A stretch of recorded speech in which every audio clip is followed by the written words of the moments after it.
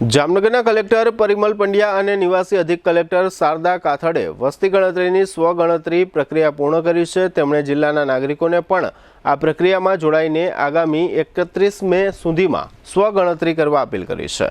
આગામી સમયમાં વસ્તી ગણતરી 2027 હાથ ધરવામાં આવનાર છે। તેના પ્રથમ તબક્કામાં ગુજરાતમાં 1 થી 30 જૂન 2026 દરમિયાન ઘર, યાદી અને મકાનોની ગણતરી હાથ ધરવામાં આવશે। આ પ્રક્રિયા સરળ બને તે હેતુથી સરકારે 17 થી 31 મે સુધી સેલ્ફ એન્યુમેરેશનની સુવિધા ઉપલબ્ધ કરાવી છે।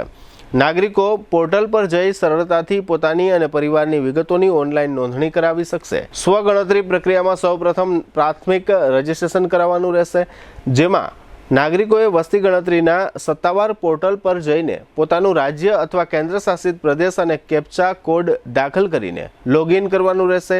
ત્યારબાદ પરિવારના વડાનું નામ અને 10 આંકડાનો મોબાઈલ નંબર આપીને રજીસ્ટ્રેશન કરાવવાનું રહેશે। એક પરિવાર માટે માત્ર એક જ મોબાઈલ નંબરનો ઉપયોગ કરી શકાશે અને પરિવારના વડાનું નામ પાછળથી બદલી શકાશે નહીં। રજીસ્ટ્રેશન બાદ વેરિફિકેશન અને લોકેશનની ઓળખ કરાશે, જેમાં ભાષાની પસંદગી અને ઓટીપી વેરિફિકેશન કરાવવાનું રહેશે। ત્યારબાદ લોકેશનની વિગતો આપવાની રહેશે, જેમાં જિલ્લો, ગામ કે શહેર અને પિનકોડની માહિતી દાખલ કરવાની રહેશે।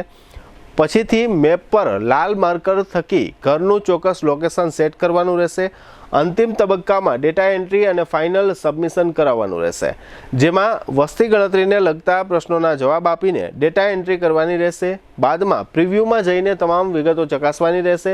જરૂર પડીએ તેને એડિટ કરી શકાશે। પછીથી સબમિટ કરવા માટે ડ્રાફ્ટ તરીકે સેવ પણ કરી શકાશે અને ફાઇનલ સબમિટ કરી શકાશે।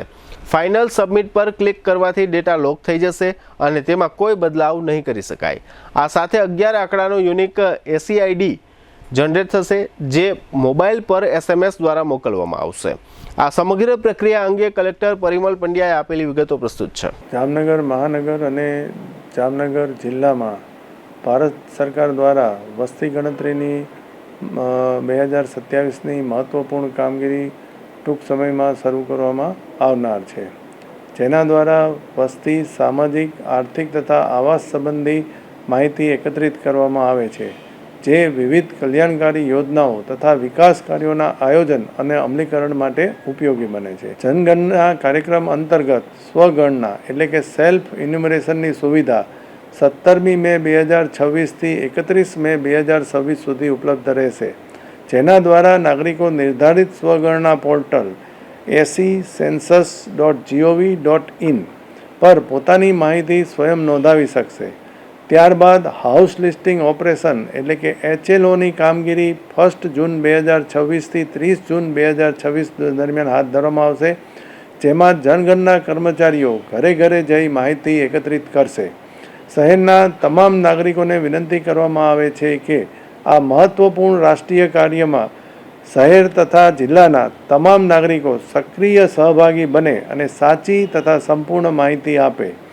જનગણના અંતર્ગત પ્રાપ્ત કરવામાં આવતી માહિતી સંપૂર્ણપણે ગોપનીય રાખવામાં આવે છે અને તેનો ઉપયોગ માત્ર આંકડાકીય તથા વિકાસલક્ષી હેતુઓ માટે જ કરવામાં આવે છે।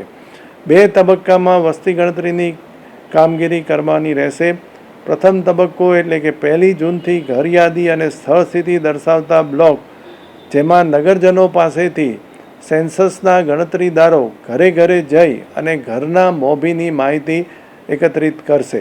આ પ્રક્રિયામાં પોર્ટલ ઉપરના 34 જેટલા પ્રશ્નોનો જવાબ ઘરના મોભીએ આપવાનો રહેશે।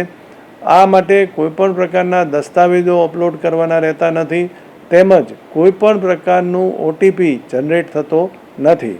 આથી કોઈપણ પ્રકારના OTPની માગણી આપના દ્વારા કરવામાં આવે તો એ આપવાના થતા નથી। જામનગર મહાનગરપાલિકાના તથા જામનગર જિલ્લાના તમામ નાગરિકોને જિલ્લા કલેક્ટર તરીકે અપીલ કરું છું કે તેઓ સ્વગણનાની જે પોર્ટલ છે એનો ઉપયોગ કરી અને મહત્તમ સ્વનોંધણી કરાવે, જેથી કરીને જ્યારે ગણતરીદારો તેમના ઘરે આવે ત્યારે સેન્સસની પ્રક્રિયા ઝડપથી થઈ શકે અને આ મહત્ત્વના રાષ્ટ્રીય કાર્યમાં ખૂબ સંપૂર્ણપણે સહકાર આપે તેવી આપ સૌના પાસે અપેક્ષા રાખું છું।